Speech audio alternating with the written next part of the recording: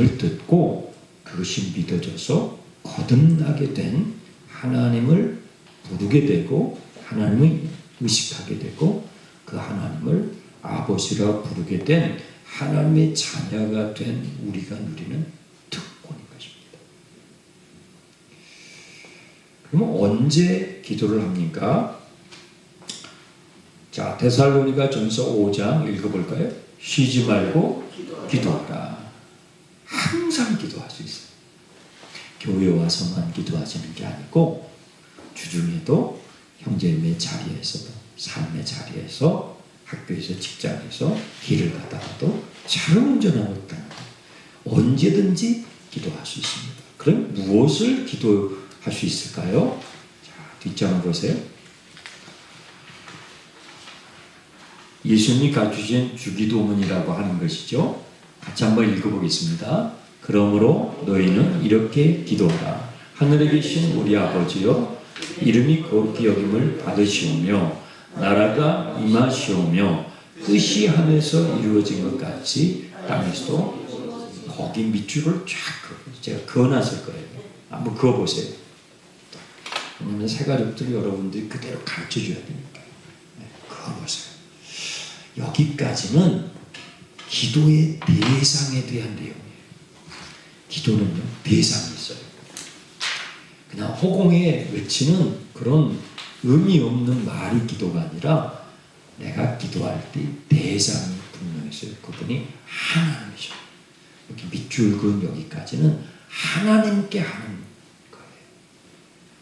먼저 기도의 대상이신 하나님께 이렇게 고백하는 것이죠. 그리고 그 밑에를 읽습니다. 오늘 우리에게 일용할 양식을 주시옵고 우리가 우리에게 죄 지은 자를 사하여 준 것 같이 우리 죄를 사하여 주시옵고 우리를 시험에 들게 하지 마시옵고 다만 악에서 구하시옵소서. 네, 거기까지는 우리의 필요에 대한 내용이에요. 우리가 필요한 게 많잖아요. 형제님에게 필요한 게 많잖아요. 우리가 제일 필요한 거, 1차적으로 필요한 게 뭐예요? 먹고 사는 거, 양식. 오늘 내가 먹어야 되잖아요. 우리 가족들이 먹어야 되잖아요. 양식이에요. 저는 오늘 우리 식구들이 먹어야 되는 양식에 대해서 기도하는 것이 좀 수준이 떨어지는, 수준이 낮은 기도라고 생각했던 적이 있었어요. 그런데 이 예수님께서 가르치신 기도를 보면서 그게 아니라는 걸 알게 됐어요. 하나님께서는 우리 자매님이 오늘 가족을 위해서 어떤 식사를 준비할까 끼니를 걱정하고 하는 그것도 하나님께서는 아주 중요하게 여기시다는 거예요. 일용할 양식에 대해서 기도할 수 있습니다. 그리고 죄의 용서에 대해서 기도하시라고 그랬어요. 우리는 용서 없이 못 살아요. 그렇죠? 남편과 아내는요, 용서하지 않으면 못 살아요. 부모와 자식의 관계는요, 용서 없이는 못 살아요. 사람이 밥만 먹고 사는 게 아니에요. 용서를 해주고 용서를 받지 않으면 우리는 살아갈 수가 없어요. 그래서 이것에 대해서 기도하시라고 그랬어요. 우리를 시험에 들지 말게 하죠. 더 정확한 표현은 유혹이에요. 우리를 유혹에 빠지지 않게. 세상에 유혹이 너무 많아요. 이 유혹에 넘어지지 않게 해달라는 기도이죠. 다만 악에서 구하여 주십시오. 우리가 살아가는 세상이 너무 악하잖아요. 너무 악해서 자녀들이 또 우리 자신이 그 악한 일에 휘말리지 않도록 기도하는 것이죠.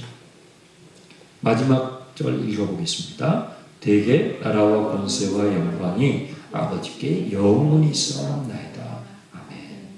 여기는 찬양입니다. 내 기도를 받으시는 하나님께 찬양을 올려드리는 걸로 기도가 마무리되는 것이죠. 여기에 대개라고 괄호가 되어 있는 이 부분은 대충 그런 뜻이 아니고 왜냐하면 이런 뜻입니다. 왜냐하면 헬라어로 호티라는 단어인데 이 뜻은 왜냐하면 왜 제가 이 부분을 여러분들에게 설명을 해드리냐면 이단들, 특히 신천지 이단들은요, 이 대개라는 단어를 사용하지 않습니다. 이단들의 교주들은요, 신학적인 훈련을 제대로 받지 못했습니다. 그래서 이 신천지 이만희 씨죠. 신천지를 만든 그 이만희 씨는 이 대개를 대충이라고 설명합니다. 네. 그렇지 않습니다. 헬라의 원뜻은 왜냐하면입니다. 그래서 이건 찬양의 부분인데요. 다만 악에서 우리를 구원해 주세요. 왜냐하면 나라와 권세와 영광이 하나님 아버지께 영원히 있기 때문입니다. 아멘. 이렇게 끝나는 거예요. 그러면서 잠깐 2단을 설명해 주는 거예요. 2단의 부족함. 요즘 2단에 빠져서 어려움 당한 분들이 많아요. 그래서 새가족들 가운데서도 그런 어려움 가운데 노출되어 있거든요. 이럴 때 이단들은 성경을 아전인수식으로 합니다. 코에다가 걸면 코걸이 되고요. 귀담이 귀걸이식으로 합니다. 그 목표는 교주를 신격화하는 거예요. 그런데 건강한 교회는 결코 목사를 신격화하지 않습니다. 그렇죠? 이단들은요, 문성명이, 박태선이, 이만희, 안상호 전부 신격화합니다. JMS도 마찬가지죠. 이런 성경에서 하나하나를 통해서도 이단의 약점들을 알 수가 있는 것이죠. 기도는 응답이 됩니다. 기도는요, 세 가지로 응답이 되는데 yes, no, wait. 자녀가 부모에게 엄마 이것 좀 해주세요. 그래, 바로 해주는 게 있습니다. 안 돼, 지금은 안 돼. 예를 들면 여러분의 자녀가 어려요. 어린 여러분의 자녀가 여러분이 막 이렇게 과도를 가지고 과일을 자르고 있는데 엄마 나도 하고 싶어요 하고 3살짜리 아이가 칼을 달라고 하면 주지 않습니다. 그런데 그 아이가 청소년이 되고 시집갈 나이가 됐어요. 엄마 나도 과일을 깎고 싶은데요. 그러면 줍니다. 왜요? 지금은 배울 수 있는 나이기 때문에.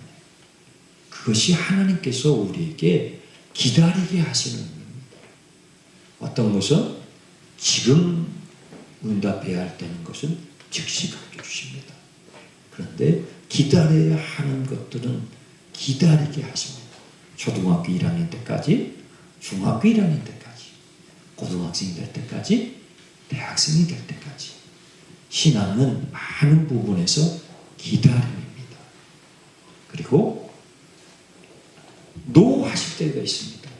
죄가 될 때. 그것이 죄가 될 때는 하나님께서 그것을 허락하지 않으십니다. 허락하지 않는 것도 응답입니다. 이와 같이 신앙생활은 하나님과 인격적인 사랑의 관계라는 것을 여러분들이 가르쳐 주셔야 돼요. 그걸 여러분도 사실은 알아가셔야 돼요. 신앙생활은 지식놀이가 아니에요. 살아계신 하나님과 인격적인 사랑의 관계라는 거죠. 그래서 현명한 부모는요, 자녀에게 좋은 것을 가장 좋은 때에 가장 좋은 방법으로 주려고 하지요. 로마서 8장을 읽어보겠습니다. 우리가 알거니와 하나님을 사랑하는 자, 곧 그의 뜻대로 부르심을 입은 자들에게는 모든 것이 합력하여 선을 이루게 됩니다. 네, 5번째로 갈게요. 저는 이 5번째 내용을 참 좋아합니다. 복음의 또 핵심이 해당이 됩니다. 사랑의 관계인데요. 여러분 좋아하시는 트로트 있었죠. 요즘 트로트 열풍이에요. 이종호 장로님 좋아하시는 트로트 만나. 좋죠. 예. 여기서 만남이네요. 예. 집사님 좋아하시는 트로트? 없어요. 저는 제가 또 권사님이 기억을 하시더라고요. 제가 부목사였을 때 우리 권사님들하고 같이 그때 여전도인지 권사인지 모르겠는데 놀러 갔어요. 근데 이제 그때 목회실에서 저보고 가라고 목사님들이 하셔서 제가 가게 됐는데 마이크를 돌면서 막 노래를 불렀다고요. 버스 안에서. 제가 그때 나훈아 씨의 장밋빛 스카프를 불렀습니다. 사람들은 트로트 좋아하고 노래 좋아하고 유행가들 한두 개씩 좋아하죠. 아시다시피 거의 대부분의 유행가의 주제는 뭐예요? 사랑입니다. 가요도 클래식도 주제가 사랑입니다. 소설 사랑입니다. 수필 사랑입니다. 시 사랑입니다. 인간은요 사랑하지 않으면 못 삽니다. 사랑을 먹고 사랑을 줘야 살 수 있는 존재가 인간이에요. 왜요?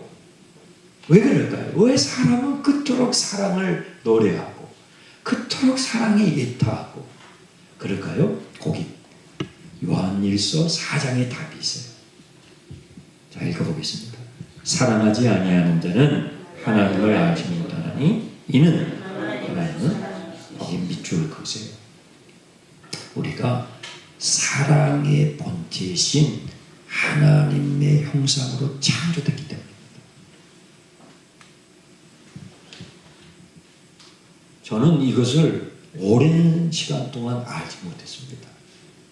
왜 사람들이 그렇게 사랑을 노래하고 그렇게 사랑의 시를 짓고 그렇게 하여튼 주말 연속도 다 사랑이에요. 나왔다는 영화들 다 사랑이에요. 돈 벌어서 다 결국은 사랑이에요. 그렇게 사람들은 사랑을 하길 원하고 사랑이 없으면 살 수 없을까? 저는 오랫동안 답을 얻지 못했어요. 그런데 제가 예수를 믿고 성경을 읽으면서 알게 됐어요. 우리가 사랑의 본체이신 하나님은 사랑이십니다. 사랑의 오리지널이신 하나님의 형상대로 창조된 존재이기 때문이죠. 자, 그런데 이렇게 우리가 사랑을 원하고 사랑하기 때문에 결혼을 해서 사랑하는 사람과 함께 사는데도 어때요, 자매님? 어때요, 형제님? 한번 틀어지면 왼수요, 왼수. 이쪽에서 나왔어요. 이쪽에서 왼수예요, 왼수. 왼수도 이런 왼수가 없죠. 복수혈전, 피비린내 나죠. 싸우면 상처투성이 같아요. 왜 이럴까? 그건요, 성경에 답이 있어요. 그리고 성경에 해결책이 있어요. 그렇게 사랑을 원하면서도 사랑에 서투른 것은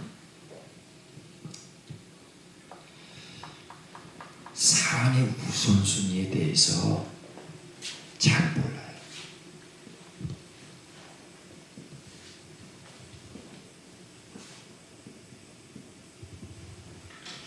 사랑의 우선순위.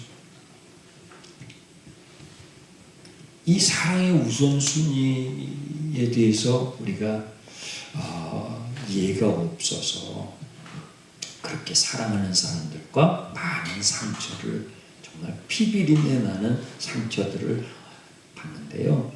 제가 오늘 이것을 형제님과 자매님에게 나누게 된 게 정말 기뻐요. 마가복음 12장을 한번 읽어보겠습니다.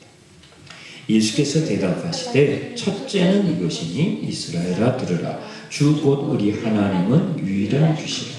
내 마음을 다하고 목숨을 다하고 뜻을 다하고 힘을 다하여 주 너의 하나님을 사랑하라 하십니다. 자, 첫째는 밑줄 동그라미. 제일 먼저 사랑해야 될 순서는요, 하나님이에요.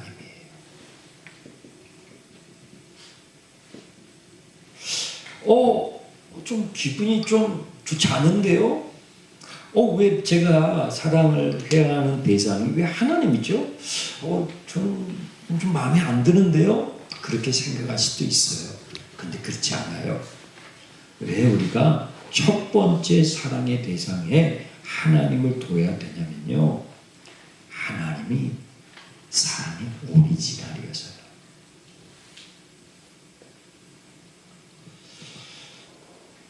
우리 자매님이 지금 목도리를 스카프를 예쁘게 하셨네요. 참 예쁘네요. 멋지네요.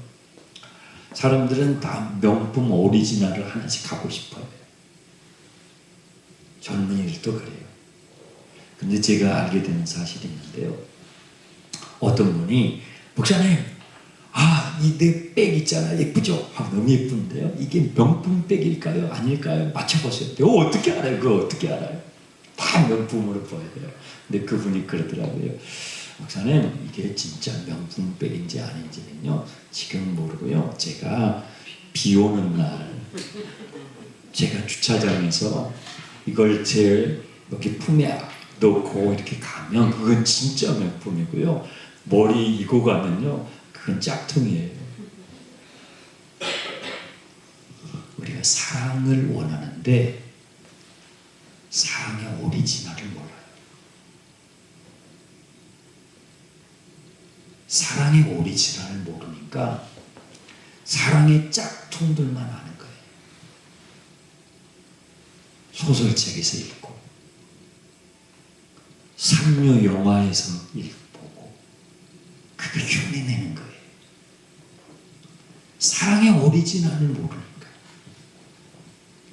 왜 우리가 하나님을 제1번으로 사랑의 우선순위 제1번 올려야 되냐면 진짜 사랑의 오리지널을 하나님이시고 그 사랑을 느끼고 체험하고 그래야 그 사랑으로 줄 수 있거든요. 제가 이걸 오랫동안 몰랐어요. 오랫동안 몰랐어요. 그래서 저도 많은 사랑의 상처를 받고 사랑의 상처를 주고 살았어요. 그런데 제가 하나님을 믿고 나서 성경을 읽는데 내가 잘못됐었구나. 내가 그래서 짝퉁 사랑만 할 수밖에 없었구나. 불량식품만 준 거예요. 그랬구나. 그래서 하나님은 먼저 사랑해요. 둘째는 읽어보겠습니다. 둘째는 이것이니 내 이웃을 내 자신과 같이 사랑하라 하신 것이라. 이보다 더 큰 계명이 둘째는 동그라미였어요. 이게 우선순위를 말하는 거예요.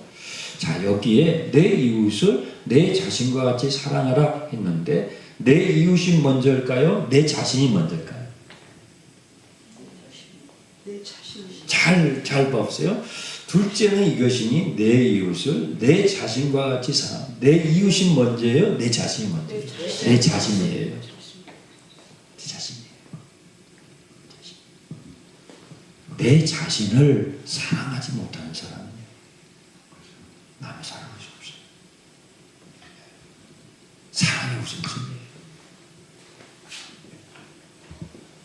그런데 나 자신을 올바로 사랑하려면 사랑의 오리지널이신 하나님의 사랑을 알아야 돼요. 그래서 교회를 다니는 거예요. 그걸 가르쳐주는 거예요. 그래서 교회를 다니는 게 귀한 거예요.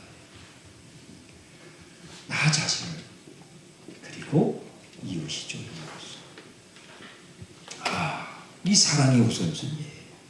이 사랑의 우선순위가 뒤바뀜으로 인하여 우리는 짝퉁 사랑을 하게 되고 사랑하는 대상에게 그렇게 사랑하는데도 많은 상처를 주게 됐던 것이죠. 자, 로마서 5장을 읽어보겠습니다. 우리가 아직 죄인되었을 때 그리스도께서 우리를 위하여 죽으심으로 하나님께서 우리에게 대한 자기의 사랑을 확증하셨느니라. 우리가 아직 죄인 되었을 때 밑줄을 그어보세요. 하나님께서 형제님을 자매님을 언제 사랑하셨냐면 아직 죄인 되었을 때. 이건 좀 고상한 표현이고요. 더 리얼하게 표현하면 형제님이 정말 지지공상주의였을 때, 자식도, 내가 낳은 자식도요 꼴배기 싫을 때가 있고요, 내가 그토록 사랑한 남편, 와이프도요 정말 왼수 같을 때가 있다고요. 그런데 하나님께서는 바로 그때에도 형제님을, 자매님을 사랑하셨습니다. 하나님의 사랑은 그렇게 큰 겁니다. 형제님을 사랑하십시오. 자매님을 사랑하십시오. 이웃을 사랑해야 하는데요, 가장 가까운 이웃이 누구일까요? 가장 가까운 이웃이 가정이에요. 가족이에요. 자, 에베소서 5장 읽어보겠습니다. 이와 같이 남편들도 자기 아내 사랑하기를 자기 자신과 같이 할지니 자기 아내를 사랑하는 자는 자기를, 자, 밑줄 그어보세요. 자기 아내를 사랑하는 자는 자기를 사랑하는 것이다. 밑줄 그어보세요. 바꿔서 말하면요, 자기 아내를, 자기 남편을 사랑하지 않는 사람은 자기를 사랑하지 않는 것입니다.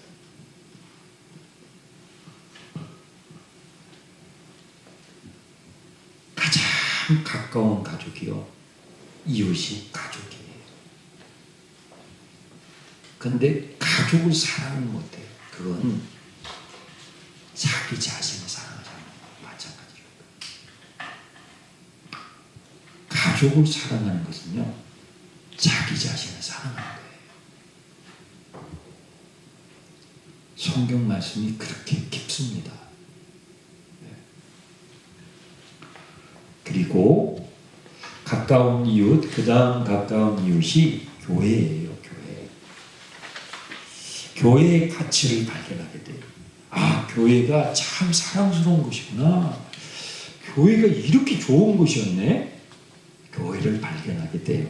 히브리서 10장을 읽어보겠습니다. 모이기를 빼앗는 어떤 사람들의 습관과 같이 하지 말고 오직 권하여 그날이 가까운 것으로 더욱 네. 교회에 모이기를 패하는 습관들이 너무너무 많아져요. 그런 날들이 점점점 많아져요. 그럴 때에도 그런 것에 같이 하지 말고 모이기 힘쓰라. 교회에 오기를 힘쓰라. 교회가 소중해집니다. 교회가 참 좋아집니다. 우리 형제님에게도 우리 장충단 교회가, 우리 자매님에게도 우리 장충단 교회가 그런 교회가 됐으면 좋겠습니다. 네, 그렇게 세 가족에게 권해주시는 것이죠. 그리고 먼 이웃, 우리에게는 먼 이웃들이 있죠. 우리가 한 번도 만나보지도 않고 한 번도 가보지 못한 나라, 그렇죠? 자, 마태복음 28장을 읽어보겠습니다. 그러므로 너희는 가서 모든 민족을 제자로 삼아 아버지와 아들과 성령의 이름으로 세례를 베풀고 내가 너희에게 분부한 모든 것을 가르쳐 지키게 하라. 예수님께서 주신 말씀이에요. 모든 민족에게 가서 이 하나님의 사랑을, 이 복음을 전해 주어라.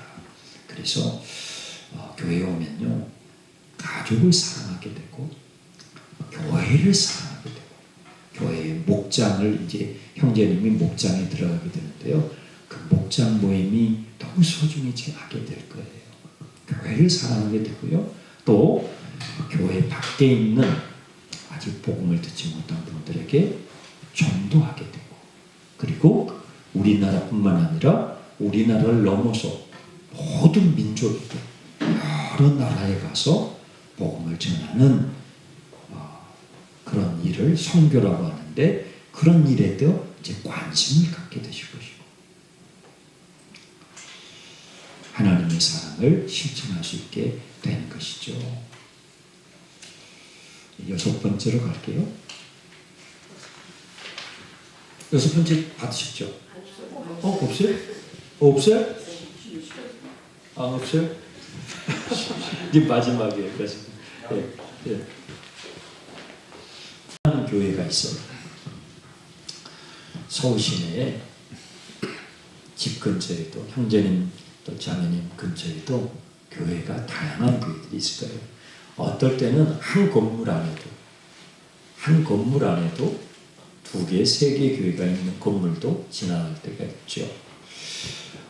왜 이렇게 다양한 교회들이 생기게 되었을까? 예를 들면 장로교회, 감리교회, 그렇죠? 순복음교회, 침례교회, 또 성결교회, 이런 다양한 교회들이 왜 생기게 되었을까? 저희는 장충단 성결교회라고 합니다. 그러면 그런 장로교회나 감리교회나 성결교회가 어떤 공통점이 있고 어떤 차이점이 있을까요? 왜 이름이 다르니까? 이렇게 이해하시면 됩니다. 형제님이 타고 다니시는 차 있죠? 자매님이 타시는 차가 있죠? 네, 저는요 현대차를 타요. 저는 기아차를 타요. 저는 외제차를 타요. 네, 여러 가지 차들이 있어요. 그런데 차의 목적은 동일해요. 내가 원하는 목적지를 향해서 가도록 사용하는 것이죠. 교회의 목적은 동일해요. 그런데 차들마다 개성이 있어요. 현대차는 현대차의 개성이 있죠.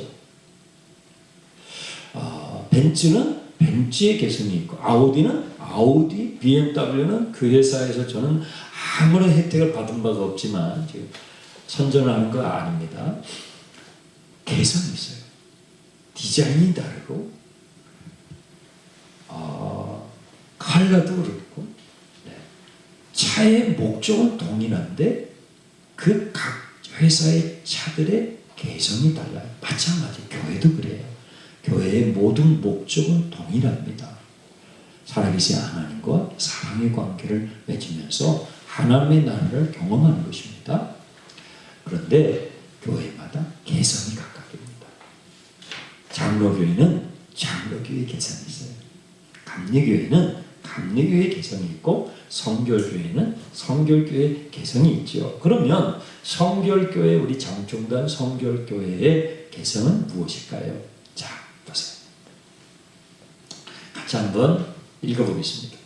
한국 성결교회가 태동하게 된 배경은 1901년 미국인 카우만과 길보른 두 선교사가 동양에 예수 그리스도의 복음을 전하고자 동양 선교회를 조직하여 일본으로 건너와 선교를 시작하게 된 것이다. 일본에 유학 중이다 한국인 김상준, 정빈 두 사람이 동양 선교회에서 설립한 동경 성서학원을 통해 복음을 접하고 1907년 귀국하여 서울에서 동양 선교회 복음 전도관이라는 이름으로 전도를 시작하였다. 이것이 한국 선교교회의 기원이다. 목회자 양성을 위하여 현 서울신학대학교의 전신인 경성 성서학원 1911년에 설립. 성결교회는 이런 역사적 유래가 있군요. 네. 장로교회의 유래가 있겠죠. 그렇죠? 감리교회가 생긴 유래가 있고, 성결교회는 1901년도에 미국인 카우만과 길보른 친구예요. 이 두 분이 하나님의 사랑이 복음을 듣고 너무 마음이 뜨거운 거예요. 너무 마음이 뜨거워서 이 복음을 전해주고 싶은 거. 어디예요? 동양에, 조선에. 이건 정말 은혜입니다. 이때 우리 조선은요, 나라를 잃어버렸어요. 백성들이 어디다가 기댈 언덕이 없어요. 그런데 이분들이 그 하나님의 사랑의 복음을 들고 일본으로 왔어요. 동경으로 왔어요. 동경에 성경 학원을 세웠는데, 그때 일본으로 유학을 간 김상근, 정밀이라는 두 분이 동경신을 거닐다가 막 전도하는, 하나님이 당신을 사랑하십니다. 여러분을 사랑하십니다. 정말 듣도 보도 못한 소리를 막 들은 거예요. 그리고 그분들에게 복음을, 성경을 배우게 된 거예요. 그분들이 1907년도에 돌아와서 지금의 종로죠. 종로에 동양성교회 복음전도관이라는 것을 세우게 됐는데 이것이 처음 최초의 한국 성결교회 기원인 것입니다. 우리 성결교회는 특별히 성경을 해석할 때 네 가지 키워드, 네 가지 키워드를 중시하는 개성을 가진 교회가 성결교회입니다.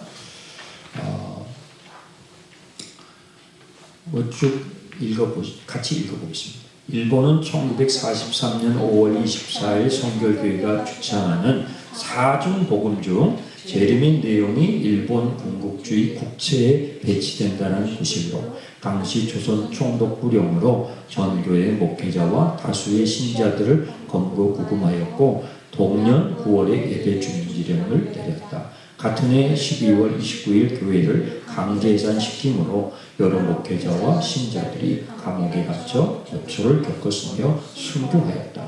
하나님의 은혜로 1945년 8월 15일 조선 조국 광복과 함께 11월 9일과 10일 이틀에 걸쳐 기독교 조선 성결교회의 이름으로 제1회 재건총회가 서울에서 개최되었고 1949년 4월 총회에서 국호의 변경에 따라 조선을 대양으로 변경하여 기독교 대양 성결교회의 명칭이 확정되어 넘겨셔서 성결교회는 중생, 성결, 신유, 재림 및 사중복음을 성경 해석의 요체로 강조했습니다. 네. 이 부분이 성결교회의 개성이에요. 여러분이 성결교회를 다니시잖아요. 그러면 성결교회의 개성을 알고 계셔야죠. 장로교회 친구들 만났을 때, 감리교회 친구들 만났을 때, 야, 너네 교회의 장점은 뭐냐? 그러면 우리 장충단 성결교회로 말씀드리자면 우리 장충교회는 성경을 해석할 때 네 가지 키워드를 강조하지. 첫 번째 중생, 두 번째 성결, 세 번째 신유, 네 번째 재림을 강조하지. 중생은 무엇입니까? 읽어보겠습니다. 중생은 복음을 듣고 자신의 죄인됨을 회개하고 십자가에서 대속의 피를 흘리신 예수 그리스도를 나의 주, 나의 구주로 영접할 때 성령의 역사로 새 생명을 얻어 심령과 인격의 일대 변혁을 일으키는 영적 출생의 사건이죠. 제가 제일 첫 번째 설명해드렸던 거예요. 영적 출생. 죄로 인해서 망가진, 죄로 인해서 죽었던 내 영이 먼저 살아나는 체험, 먼저 살아나는 이 사건, 이게 거듭남이에요. 중생. 거듭남을 한문으로 중생, 다시 중 날생, 다시 산다. 다시 산 존재가 된다. 이것을 강조해서 가르치는 교회가 성결교회입니다. 성결교회 좋잖아요. 두 번째 성결에 대해서 볼까요? 읽어보겠습니다. 성결은 중생의 신자가 받아야 할 이 두 번째 은총인 성령 세례로서 모든 죄를 이기고 능력 있게 복음을 전파하는 성령 충만한 삶. 네. 성령 충만을 강조해요. 성령 세례와 성령 충만을 강조하는 교회가 성결교회입니다. 사람이 성결해지는 것, 성결해지는 게 뭐예요? 죄를 이기는 거예요. 죄를 이기는 이것은 공부를 많이 하고 교양이 있고 도덕 수준이 있고 그렇게 해서 되는 게 아니에요. 성령 충만할 때만이 죄를 이길 수 있는 성결의 체험을 하게 되는데 이것을 강조하는 교회가 성결교회. 그래서 성결교회의 간판이 성결을 붙인 거예요. 얼마나 좋아요. 세 번째, 신유가 뭘까요? 읽어보겠습니다. 신유는 하나님의 은혜로 건강을 유지함과 병들었을 때의 기도로 나음을 얻는 것이다. 그러나 신유를 믿는다고 하여 의료 행위 자체를 부인하는 것이 아니다. 네. 기도를 통해서 하나님의 은혜로 질병이 고침받는 디바인 힐링이라고 그러죠. 이것을 믿어요. 그래서 우리 성결교회는 병든 자들을 신방하면서 병 낫기 위해서 함께 기도하는 거죠. 성경에 그런 예들이 참 많습니다. 그러나 이런 신유를 믿는다고 해서 의료행위나 병원에 가는 거라든지 약을 먹는 것을 우리가 금지하거나 부정하는 것이 아니라는 것이죠. 네 번째 재림에 대해서 읽어보겠습니다. 재림은 성경의 핵심이며 공중재림과 지상재림 그리고 지상 청년왕국과 이후에 있을 최후의 심판과 새하늘 새 땅을 성경대로 믿는 신자의 소망 밑줄 그것을 그리스도인의 역사관, 그리스도인이 역사를 해석할 때 창조가 있기 때문에 종말이 있다, 시작이 있기 때문에 끝이 있다. 그리스도의 재림을 통해서 역사는 심판을 받게 될 것이다 라는 그리스도의 역사관이 분명한 그것을 가르치는 곳이 성결교회입니다. 이런 아주 구체적인 내용들은 이제 신앙생활 하시면서 목사님을 통해서 더 많은 안내를 받으시게 될 겁니다. 데살로니가전서 5장 함께 읽고 마치겠습니다. 평강의 하나님이 신이 너희를 온전히 거룩하게 하시고 또 너희의 온 영과 혼과 몸 우리 주 예수 그리스도께서 강림하실 때에 흠없게 보존되기를 원하노라. 너희를 부르신 이는 미쁘시니 그가 또한 이루시리라. 네. 여러분 성결교회에 오신 형제님 자매님 성경 66권에 수많은 성경 구절이 있는데 성결교회에서 가르치는 중생 성결 신유 재림을 한꺼번에 담고 있는 구절 성결교회의 대표적인 구절이 있어요. 어딘지 아세요? 방금 읽으신 거예요. 데살로니가전서 5장 23절 24절이에요. 이게 성결교회의 성구입니다. 내가 성결교회를 다니는데 성결교회의 개성을 알고 있으면 좋잖아요. 네, 그러면 새가족들이 오셨을 때 새가족들은 처음 교회 오신 분도 있지만 다른 교회 배경을 가진 분들이 있잖아요. 장로교회에서 오신 분도 계시고 순복음교회에서 오신 분도 계시고 여러 가지 배경을 가지고 계신 분들 계시는데 성결교회의 개성은 이거구나. 성결교회 참 좋구나. 장충단 성결교회 참 좋은 곳이구나. 그걸 아시게 되면 우리 교회 지체들로 잘 정착하실 수가 있겠죠. 네. 질문 혹시 있으시면 질문.